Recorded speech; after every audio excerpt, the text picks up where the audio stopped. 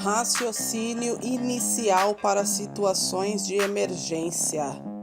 Olá, seja bem-vindo a mais um vídeo aqui do nosso canal. Se você não é inscrito, aproveite e já se inscreva. Deixe o seu gostei e o seu comentário aqui abaixo do vídeo. Hoje nós vamos falar de um raciocínio inicial para situações de emergência. São 3 tipos de situações que vão resultar em 3 formas de abordagem inicial. Sempre em casos de urgência e emergência, sempre devemos se preocupar com o que é mais grave, porque o mais grave sempre coloca a pessoa em risco de morte. Se você focar nos casos mais graves, você elimina os riscos de morte e depois vai ficando com os outros casos menos graves. Se tratando de urgência e emergência, qual seria o caso mais grave? PCR.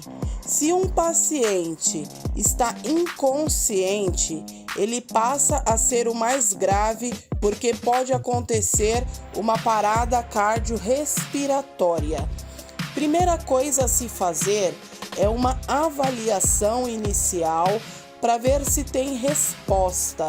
Em caso de adultos e crianças, fazer perguntas para ver se responde e em casos de bebês, bater na planta dos pés e ver se ele reage ao estímulo. A segunda coisa a se fazer é solicitar por ajuda. Se tiver alguém do seu lado, solicite ajuda imediatamente. Enquanto isso, você como profissional da área da saúde já vai verificando os sinais vitais, checando a pulsação. Se o paciente não responde, está sem respirar, sem pulsação, então você já pode iniciar uma RCP, começando com o famoso CAB, as aberturas das vias aéreas com pressão e ventilação. Se forem pacientes com casos de hipóxia, então é o famoso ABC, para atendimento de uma parada cardiorrespiratória.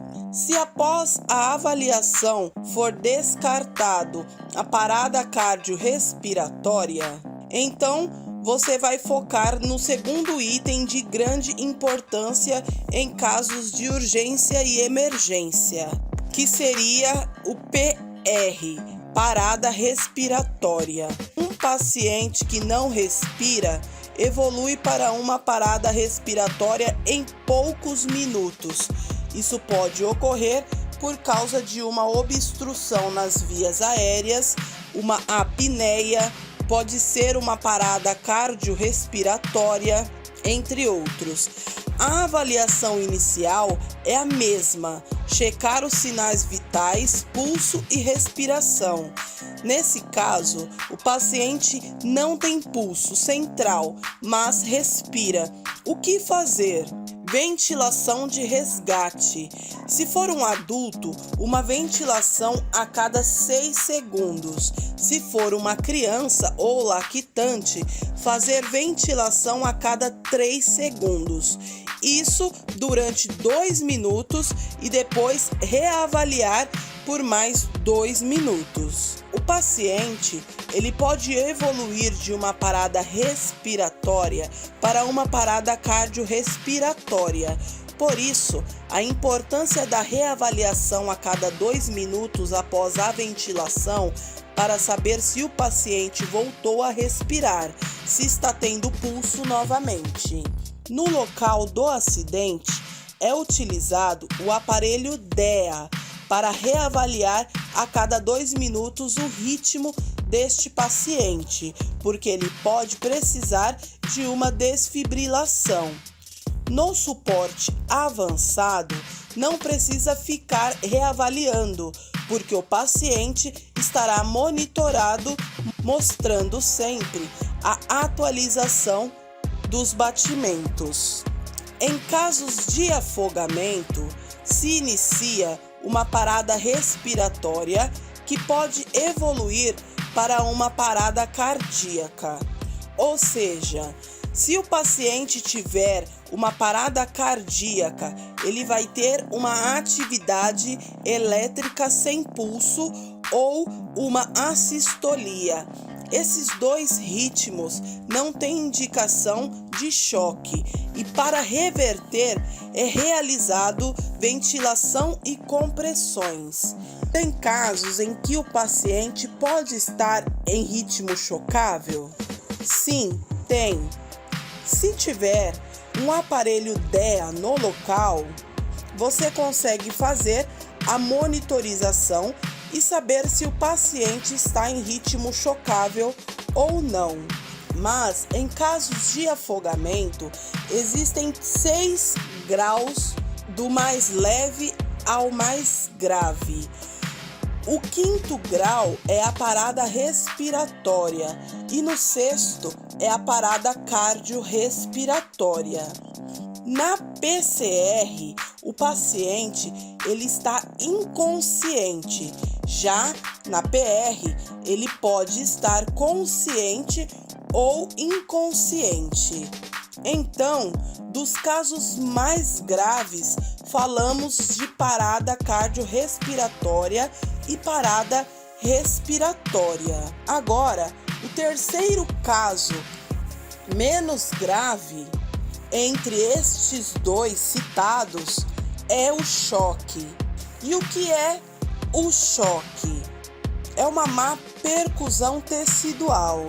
O corpo não está conseguindo fornecer oxigênio para os tecidos e, consequentemente, começa a ter morte celular, acidose. O paciente vai piorando e pode evoluir para uma parada respiratória ou cardiorrespiratória, independente do choque. Então, após a avaliação do paciente, você viu que ele está inconsciente, mas que tem pulso e respira. E você precisa intervir para que o choque não piore sua condição. Como descobrir se o paciente está em choque ou não? Fazendo um exame primário objetivo capaz de identificar quais as possíveis alterações fatais que o paciente tem no ABCDE. Então, a causa é identificar, tratar e reexaminar para ver se o risco foi eliminado. Em caso de um paciente consciente, já é descartado o PCR. Ele pode estar em parada respiratória, consciente ou inconsciente, mas em choque. Uma vez que você eliminou o mais grave, então se trata de um choque. Antes do exame primário, você pode chamar a ajuda. Se você ver o paciente com alguma alteração no sistema nervoso central, ou seja, no cérebro, coração e pulmão, ou se o paciente está com rebaixamento do nível de consciência, hipotência, bradicardia, dor no peito, obstrução das vias aéreas, dor torácica, tudo isso já é uma situação para pedir ajuda. Você mesmo pode colocar o paciente no carro e levar correndo para um hospital. Após o exame primário, é feito um exame inicial. Em caso de obstrução das vias aéreas, você pode aspirar. Em caso de fratura, fazer uma instabilização cervical. Em dificuldade respiratória, pode oferecer um O2. Se for uma hipovolemia, pode-se fazer um volume para este paciente. Choque anafilático, pode-se fazer uma adrenalina intramuscular. Dependendo do caso do paciente, no exame primário, já pode ser abordado imediatamente. Se o paciente estiver estável, pode ser feito o exame secundário. Já não seria um caso de emergência, e sim verificar os sinais vitais pegar um acesso venoso, realizar um eletrocardiograma, se possível, monitorar, dar os cuidados necessários. Tudo que foi dito aqui neste vídeo é a forma de raciocinar em qualquer caso de urgência e emergência. As preferências nos cuidados variam. Se você conhece bem os princípios, você vai raciocinar e saber em quais cuidados você precisa dar prioridade. Então, dos casos mais graves para os mais leves que abordamos aqui foi a parada cardiorrespiratória, a parada respiratória e o choque. Se você deseja realizar um curso completo de atendimento pré-hospitalar, confere o link abaixo do curso na descrição e também no primeiro comentário. Se você não é inscrito, aproveite, já se inscreva, ative o sino das notificações para não perder nenhum de nossos conteúdos. Tudo de bom para você e até o próximo vídeo.